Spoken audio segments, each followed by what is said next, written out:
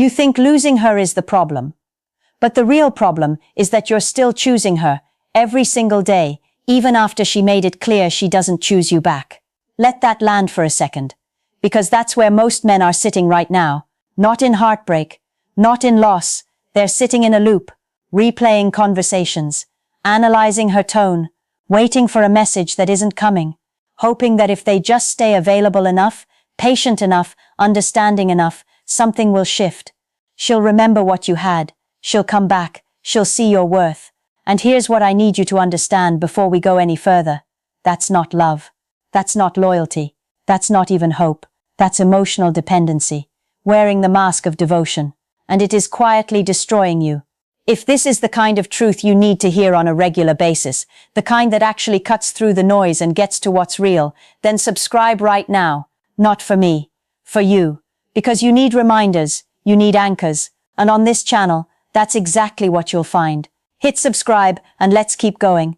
Here's what this video is really about. It's not about how to stop caring. It's not about becoming cold or robotic or pretending you feel nothing.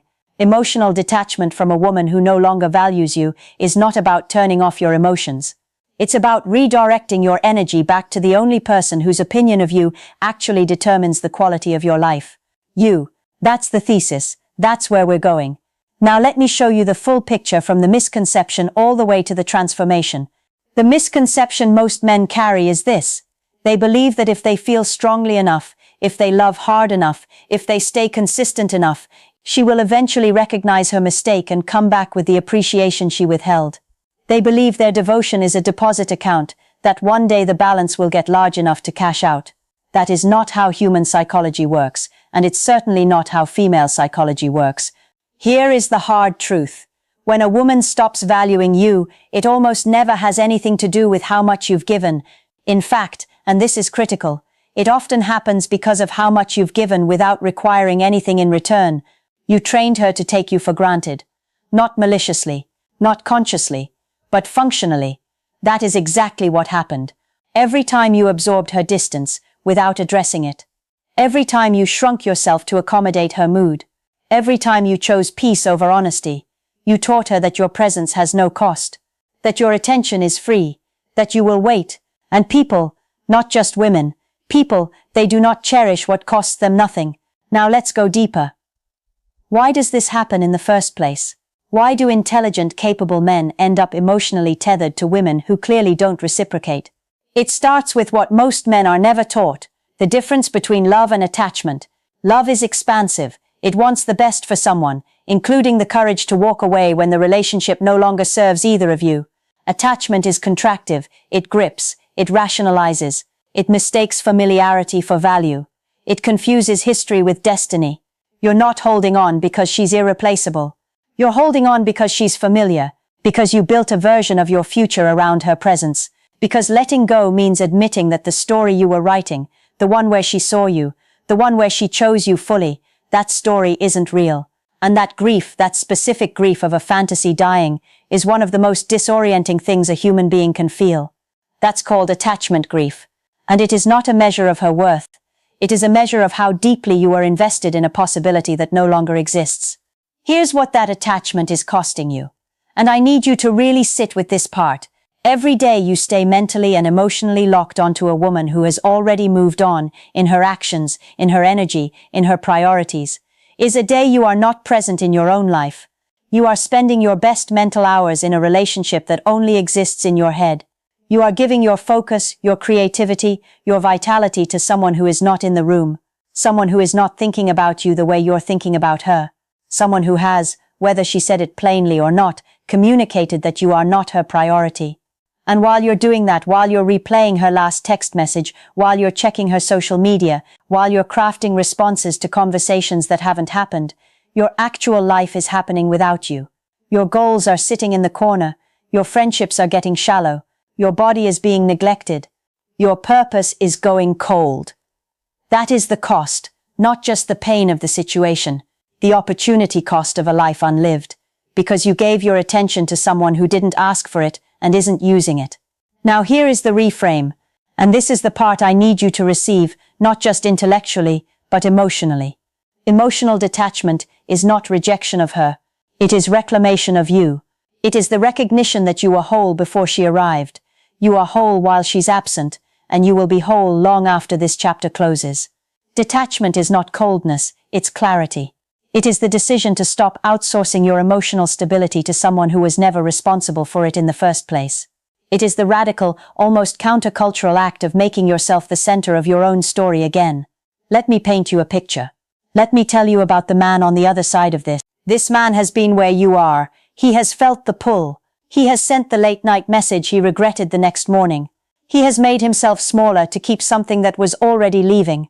And then not in one single dramatic moment, but gradually, then suddenly, something in him shifted. He stopped trying to fix a dynamic that the other person had already walked away from.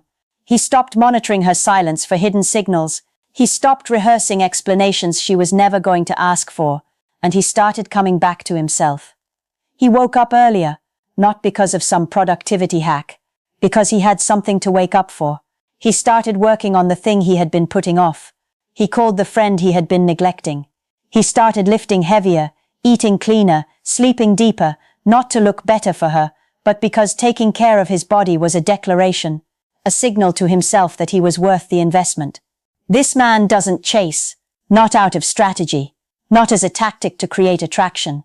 He doesn't chase because he genuinely understands that his energy is sacred, that his presence is not a desperate offering, it is a gift. And gifts are not thrown at people who have their backs turned. He has standards. And here is the key thing about his standards. They are not designed to test women. They are designed to filter reality. They exist to ensure that the energy he gives matches the energy he receives. They exist because he has clarity about what he deserves, and clarity is non-negotiable once you've genuinely found it. He is not angry at her. That's important. Anger is just another form of attachment. You cannot be emotionally detached from someone you're still furious at. This man has moved through the anger, not suppressed it, moved through it, and arrived somewhere quieter and more powerful. Acceptance, not approval, not forgiveness in the sentimental sense. Just the clean acknowledgement that something was what it was, and now it's done. He has purpose. That's the real foundation of all of this. It's not the gym, it's not the cold showers, it's not any single discipline. It's that he has something he is building, something he believes in, something that requires his full presence. And when you have that, you can't afford to spend your life's energy haunting a relationship that's already a memory. That is the man. And here is the truth. That man is not some distant ideal. He is the version of you that exists on the other side of this decision. You are not far from him. You are one commitment away from him. Now let's talk about what to actually do. Because philosophy without action is just self-soothing, and you deserve more than that. Step 1. You stop feeding the obsession. You stop checking her profile. You stop rereading old conversations. You stop asking mutual friends for updates. Every single one of those actions is a hit of a drug that gives you 10 seconds of false closeness and 4 hours of spiral. You stop it.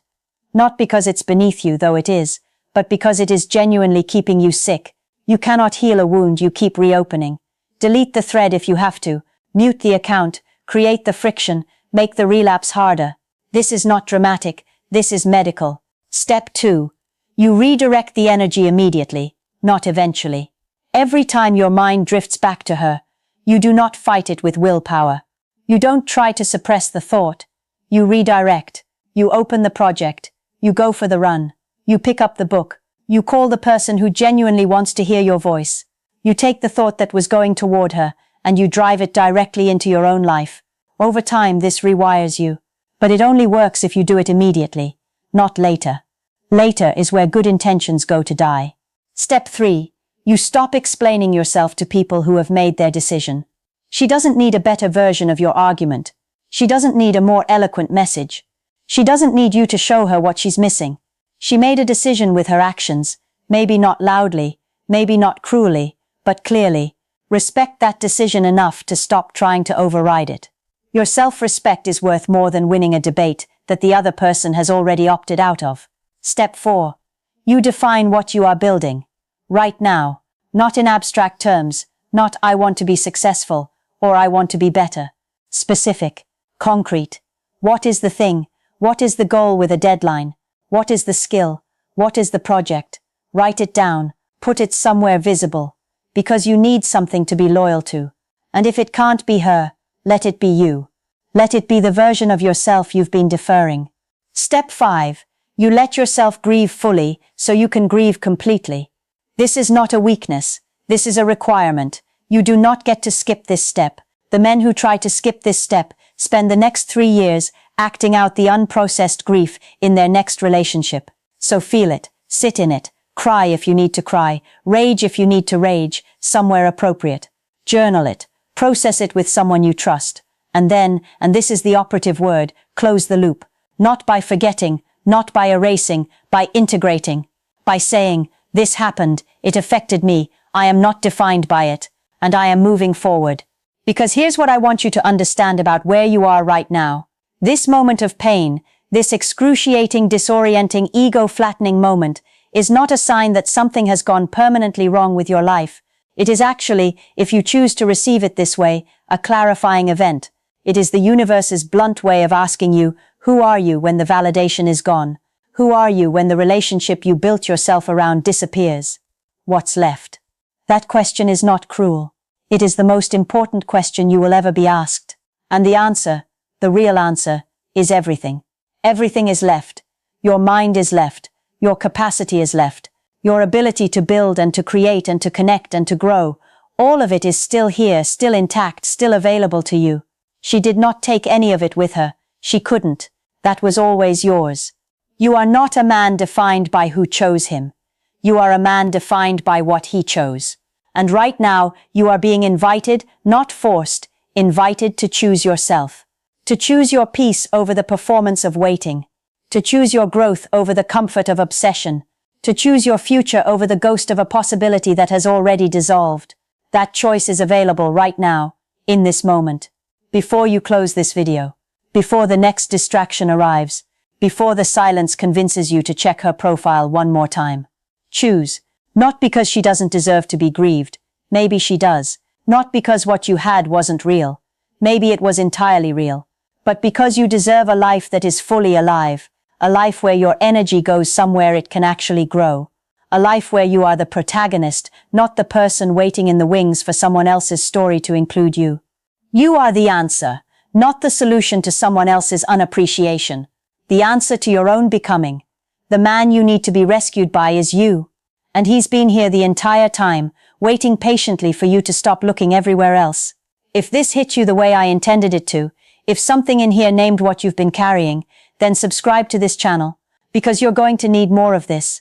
Not because growth is comfortable, because it isn't. You're going to need reminders. You're going to need a voice that doesn't coddle you and doesn't abandon you either. That's what this channel is. That's what we are here for. You are not alone in this. Every man watching this has been somewhere in that loop. You are in the company of men who chose to come out of it. That's who we are here. That's the standard we hold for each other. Now go build something.